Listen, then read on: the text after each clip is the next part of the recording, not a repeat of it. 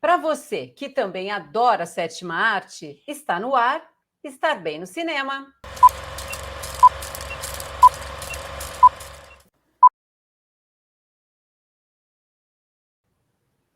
Hoje nós trazemos uma convidada muito especial. É a nossa colaboradora, a historiadora Lilian Tavares, que vai conversar com a gente, vai passar informações bem interessantes sobre o papel da mulher nas histórias de super-heróis.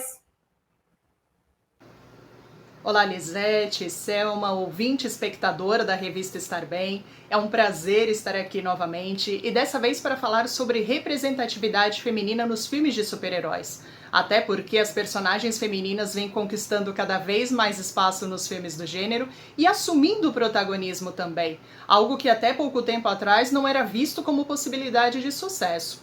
E aí nós podemos pensar nesse contexto, essa mudança ocorre por uma demanda por mais representações femininas. Até porque, se nós avaliarmos o período entre 1966, com o lançamento do filme do Batman, até 2022, nós temos somente 8 filmes lançados com protagonismo feminino, ou seja, com super-heroínas. Em contrapartida, no mesmo período, nós temos mais de 50 produções lançadas protagonizadas por personagens masculinos. Então nós temos uma disparidade nesses números e esse contexto agora começa a mudar justamente pelo fato, como eu falei, dessa demanda por mais representações femininas.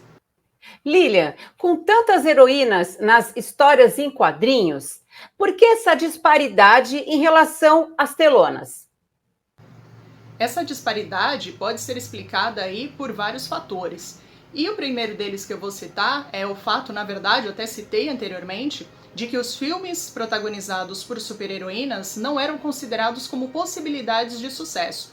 E que os filmes Supergirl, Mulher Gato e Elektra, lançados respectivamente em 1984, 2004 e 2005, comprovavam, entre aspas, essa teoria. Mas se nós avaliarmos os 3 longas, o problema deles não é o fato de ser protagonizado por super-heroínas, mas nós podemos notar no caso, roteiros ruins, falta de desenvolvimento e aprofundamento das personagens, então não são histórias que nós nos interessamos por elas, em conhecê-las mais, enfim.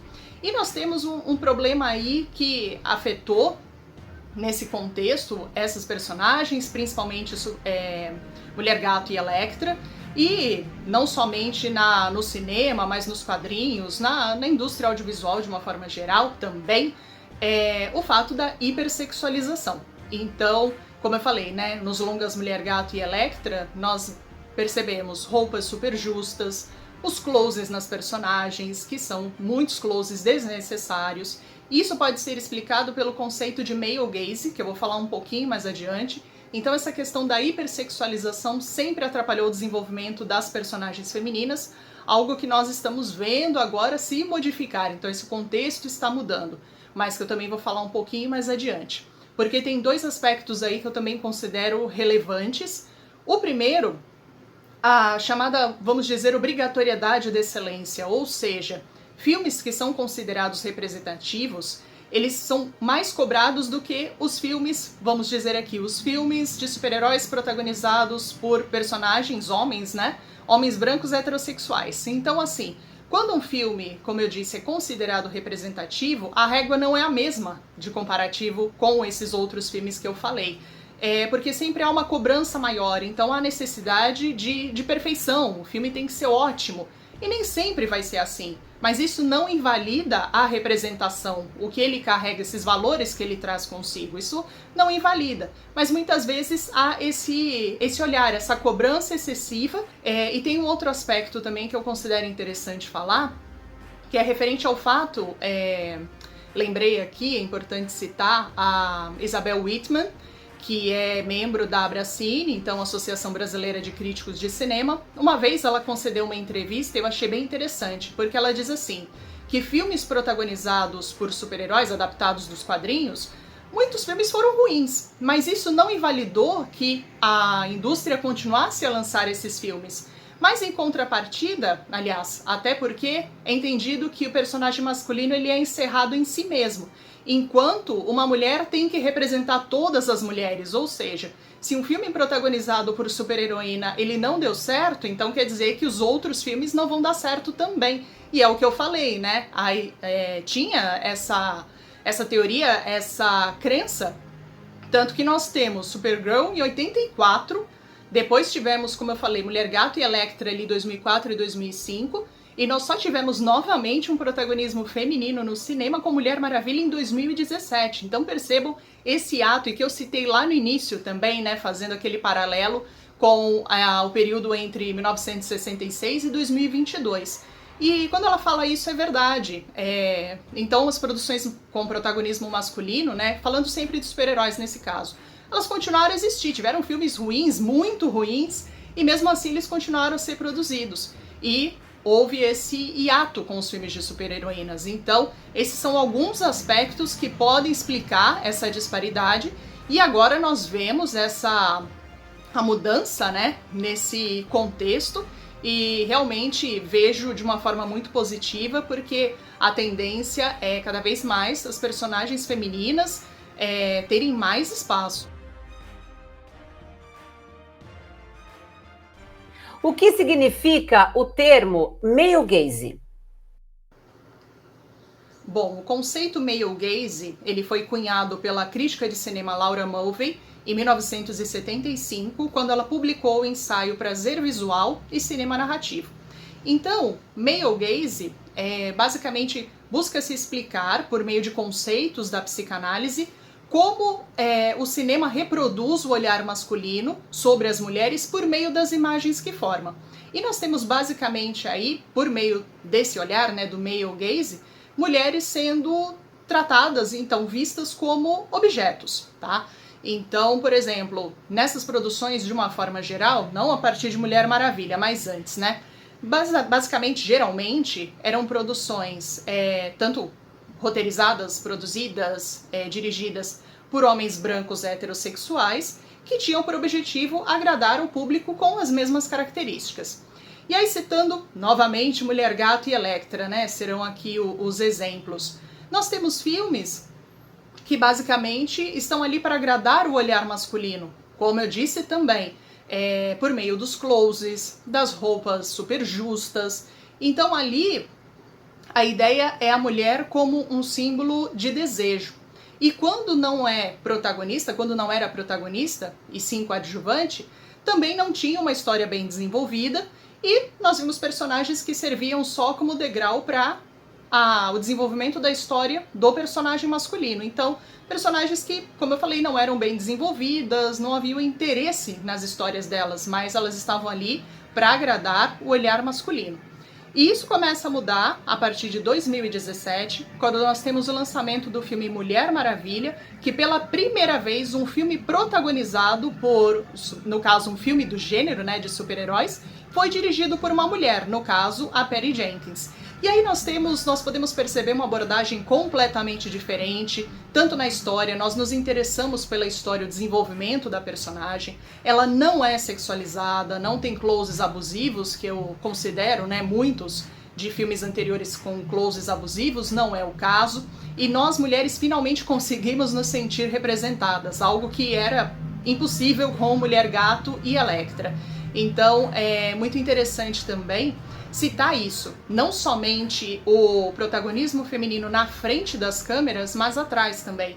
Então, com mais mulheres roteirizando, produzindo, dirigindo. Um outro exemplo legal que eu gosto de usar é o filme Aves de Rapina, também dirigido por uma mulher, a Kate Young, e dessa vez não temos só uma mulher como protagonista, mas mulheres, um time, né, de personagens femininas. E tem uma cena muito específica, que é mais pro final do filme, quando uma das personagens, a Canário Negro, está lutando, e o cabelo dela começa a vir no rosto, enfim, porque é aquilo, ela tá se movimentando, o cabelo não vai ficar só pra trás.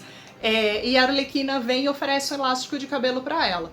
E isso é o olhar feminino ali, porque que mulher que tem cabelo comprido, que nunca precisou de um elástico e precisava trabalhar, enfim, por N motivos. Então é algo, parece assim, num primeiro momento simples, mas é um olhar feminino ali, porque Citando Electra, nós temos uma cena mais pro final, principalmente ela lutando e o cabelo para trás, aquela coisa do cabelo solto, sexy. Mas não seria assim na realidade. Aquela questão, né? É a praticidade. Então não é a questão da sensualidade no caso. E falando nessa questão também do olhar masculino, e citando novamente Mulher Maravilha, nós podemos fazer um paralelo desses olhares com o filme Liga da Justiça, lançado em 2017, e prestar atenção na roupa das Amazonas. Em Mulher Maravilha, elas não são sexualizadas, elas estão vestidas para a batalha. Agora, em Liga da Justiça de 2017, nós já vemos roupas em que a barriga da personagem, por exemplo, das Amazonas, né, falando delas especificamente, as barrigas de fora, né, então uma coisa assim, mais puxando para uma sensualidade. E quando eu falo isso, né, da questão do olhar masculino e da importância de mais mulheres na indústria, né, produzindo, dirigindo, enfim, isso também contribui para que outros olhares possam se modificar. E aí eu trago um exemplo que eu acho muito legal, que é do filme Pantera Negra, que foi dirigido pelo Ryan Coogler. E nós temos aí o personagem principal, né, como o próprio título já diz, o Pantera Negra. Mas nós temos personagens femininas que são interessantes, que ali elas estão conectadas ao desenvolvimento da história do herói, né? Mas nós nos interessamos pelas histórias delas. Então é bem legal ali, um filme dirigido por um homem, mas que soube trabalhar bem aquelas mulheres e fez que o público se interessasse por elas também, não somente porque elas estão conectadas à história do herói.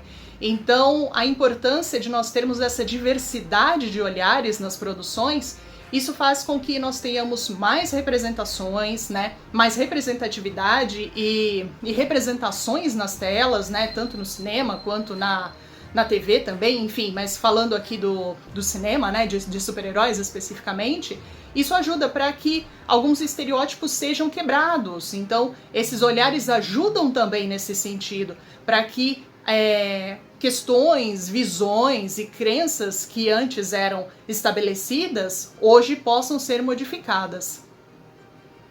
Qual a importância da representatividade feminina nos filmes de super-heróis?